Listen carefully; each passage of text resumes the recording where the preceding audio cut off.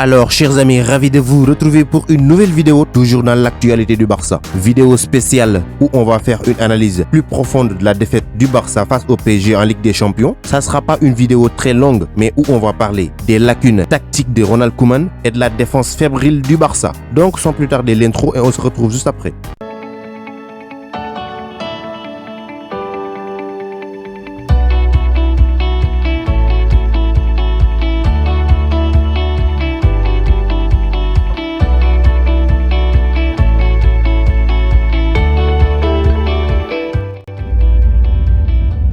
Alors, c'est un Barça qui s'est fait dominer durant tout au long du match par une équipe du PSG qui n'est pas venue au Camp Nou avec tous ses atouts offensifs, mais a réussi à dominer le Barça durant 90 minutes, on peut dire. Alors, Neymar, Ángel Di María étaient tous absents, mais un homme à tout pallier, c'est Kylian Mbappé. Et je dis bien, jamais personne n'avait marqué 3 fois face à Messi au Camp Nou. Devant une défense vulnérable, on peut dire, puisque si on a pris 4-0 à Anfield face à Liverpool, c'est Gérard Piqué qui était en défense. Si on prend ce 8-2 face au Bayern Munich, également c'est ce Gérard Piqué qui était à la défense. Et jusqu'ici, on ne peut pas tirer de leçons sur ces débâcles subis face à l'AS Rome, face à Liverpool, face au Bayern Munich. On se fait laminer par une équipe du PSG qui n'avait pas tous ses joueurs au complet, même si côté Barcelone aussi, il y avait des absences. Mais on te dit Neymar, Ángel Di María étaient tous absents dans ce match. C'est inadmissible. Et tout à l'heure, je vous disais qu'aucun joueur n'avait marqué au Camp Nou 3 fois devant Messi. Alors, dans chaque règle, il y a une exception et l'attaquant français a bien fait l'exception à la règle pour propulser son équipe aux portes des quarts de finale de la Ligue des Champions, à condition d'assurer la qualification lors du 8e de finale. Retour le 10 mars à Paris. Et ce retour sera 3 jours après les élections au FC Barcelone. Alors je dirais pas que le Barça est éliminé, mais a un pied et 4 orteils dans la zone rouge. Pourquoi? Alors ce Barça n'est pas une équipe capable de contourner les assauts parisiens.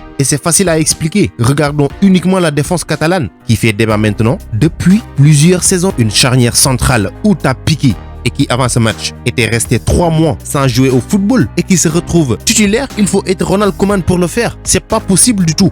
Serginho Dest, on l'a senti dans ce match, il n'était pas à 100% de sa forme. Vous vous rendez compte? Et maintenant vous voulez quoi d'autre? Une victoire? C'est pas possible. Une équipe comme le Barça ne peut pas forcer des joueurs qui sont blessés pour un seul match. C'est inadmissible. C'est le PSG quand même devant. Mais le problème sera le match retour. Je ne sais pas comment le Barça va procéder pour marquer 4 buts au Parc des Princes sans en encaisser un. C'est l'équation que je me pose depuis hier. Donc cette défense fébrile profite à un TGV qui roule à 100 à l'heure. Kylian Mbappé, je veux dire. Alors sa trajectoire personnelle ne laisse pas la place au souvenir de l'humiliante remontada subie par le club de la capitale en 2017, même s'il n'était pas là. Donc sa performance XXL qui nous laisse tous sans voix en tant que supporters a permis au PSG d'évacuer le traumatisme. Donc le Barça traverse des moments très difficiles dans le football et ça date pas d'aujourd'hui. On peut dire que c'est depuis 2014 avec l'arrivée de Bartomeu, succédant ainsi à un certain Sandro Rosell qui avait entamé le fondement du bâtiment de la mauvaise gestion. Alors même si on a remporté la Ligue des Champions en 2015 et ce fut d'ailleurs notre dernière jusque-là, on note des décisions qui ont mis le Barça dans un chaos total. Et pour l'instant, il y a un sérieux problème qui se pose puisque le club n'a pas de président légalement élu, mais un gestorat dirigé par Carles Tusquets qui ne prend pas seul les décisions et ça pose problème. Donc il va falloir attendre le 7 mars pour enfin connaître qui va prendre la succession de Josep Maria Bartomeu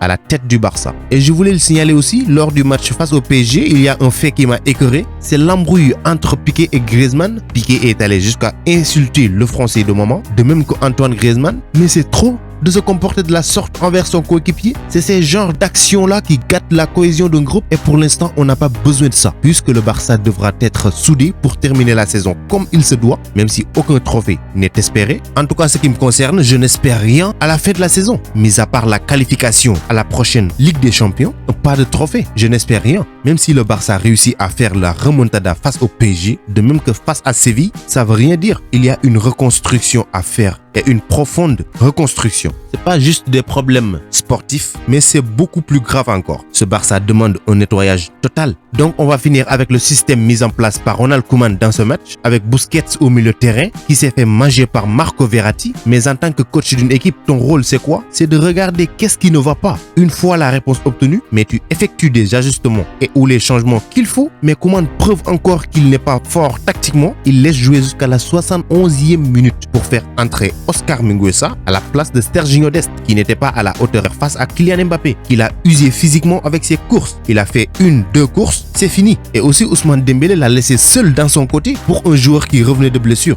En gros, c'était un match pourri de toute l'équipe. Je ne vais pas rester ici à citer de nom, c'est toute l'équipe qui a perdu, le staff y compris. Ils n'ont pas été capables de trouver les bonnes combinaisons pour revenir au moins ou diminuer l'écart. C'est trop, 4-1. Ce PSG-là n'est plus l'équipe qui se faisait manger il y a 4 ans. Et Mauricio Pochettino n'est pas un petit coach. Ça, il faut le savoir. Il ne vaut pas rester durant 90 minutes à défendre. Donc c'était tout pour cette vidéo. Merci de l'avoir regardé jusqu'à sa fin. Continuez à vous abonner à la chaîne, mais n'oubliez pas d'activer la cloche de notification, ce qui vous permettra de recevoir dès que je publie une vidéo la notif. Vous êtes les meilleurs. Ciao, à bientôt.